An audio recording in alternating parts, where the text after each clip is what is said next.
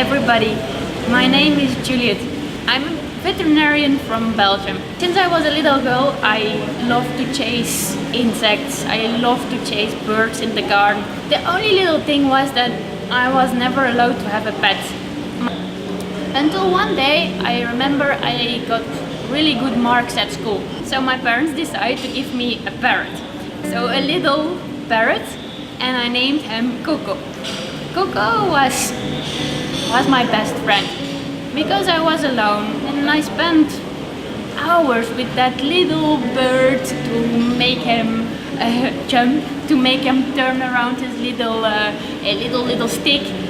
I even learned him to call my name, even if it was not Juliet, but he said Juliet. I was already very happy with that. He even came out of the cage sitting on my hair and everything like this. All went good until I remember my parents, they didn't get along, so one day they got divorced. I chose to go to my mom, to live with my mom, and Coco had to stay with my father. And actually I discovered months later that Coco died, and that was a very heartbreaking moment. From that moment on, I promised myself that I would always take care of animals. At that time, I started to take care of any injured animal that crossed my path. And then I got 18. Everybody asked me, what do you want to study? I want to become a veterinarian. And I went to study in the south part of Belgium. So I went to Liège and I spent six great years. I just confirmed that it was my choice to take care of animals. And I even met Jean-François, we call him Jeff, who became my husband, but is also my best buddy. During my work experience, also in my last year, I met another very interesting veterinarian, Marcel. Marcel learned me that rare diseases are rare. And at that moment I learned that I didn't have to look to the details, I had to see the big picture. After my studies, I spent 3 years working for 3 big animal cattle vets. It was a nice experience because they asked me to develop their small animal practice, and I did. At that moment I realized that I became a big kibble selling vet. But I felt that something was wrong. Something was wrong, like why would I sell all those medicine, all those kibble? So at one point I decided that I wanted to search another way. And I decided to call Emil van den Bosch. And Emil van den Bosch is the pioneer of acupuncture, of Chinese medicine in Europe. And so I started studying Chinese medicine with other doctors, human doctors, osteopaths, and there was no other vet. I was the only vet. During those years I worked for the 3 cattle vets. I realized all of this, but I also was kind of exploited.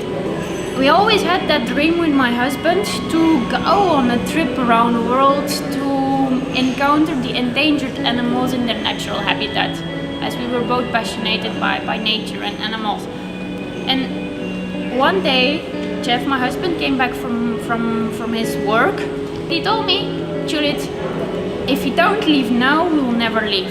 And we were 25 years old. We traveled through 36 countries, 4 continents, I think 1,175 days if you want to put days on it. We discovered wildlife in every country, from the small little frog to the big elephant.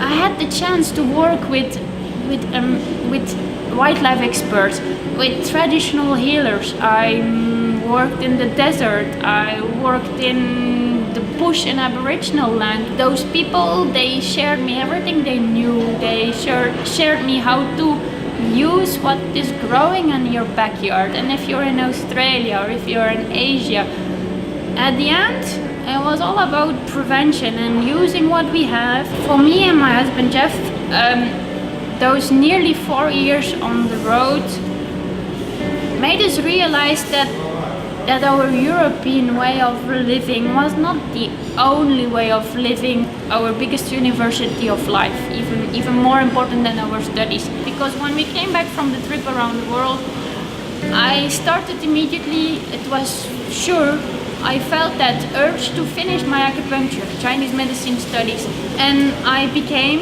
an IVA certified acupuncturist.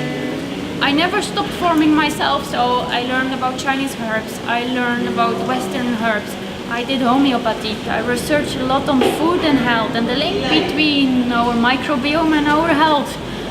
And I realized that on top of everything I learned on homeopathy, Chinese herbs, acupuncture, food was such an important thing to make an animal better. The birth of my 3 kids also helped through that, because I had to feed them. I had to learn how to feed them, and they're little animals. And in that philosophy of life, we started our permaculture garden in Belgium. It's a simple life to prevent disease. It even helped me to heal myself, because I was diagnosed with an autoimmune disease when I was 26 years old. But now through diet, through a lot of research, through a lot of research on myself, trying on myself, I got completely wind off the meds. My medicine involved that I learned to use whatever was available, whatever was good for the animal and the owner at the moment and the place I was. Since 4 years, I train veterinarians in acupuncture. I learn them, I guide them to also master this traditional medicine.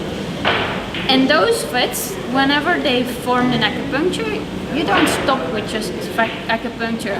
Now I offer them the food therapy course to even help their patients better. And one day my husband got a proposition to come to Chennai, to come to India.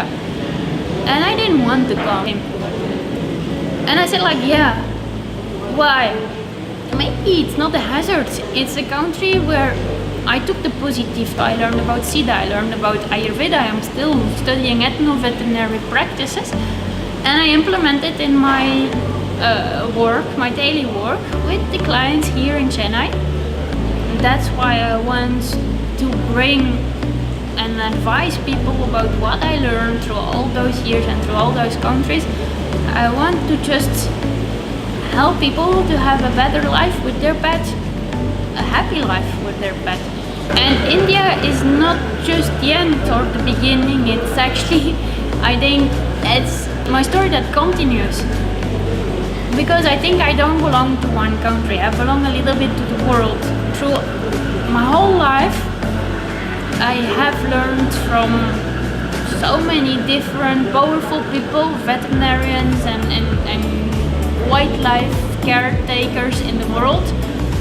I've seen so many different medicines, so many different ways of healing. 90% of all those medicine is about the same. It's about giving a quality of life to an animal. It's about, it's unique to any animal.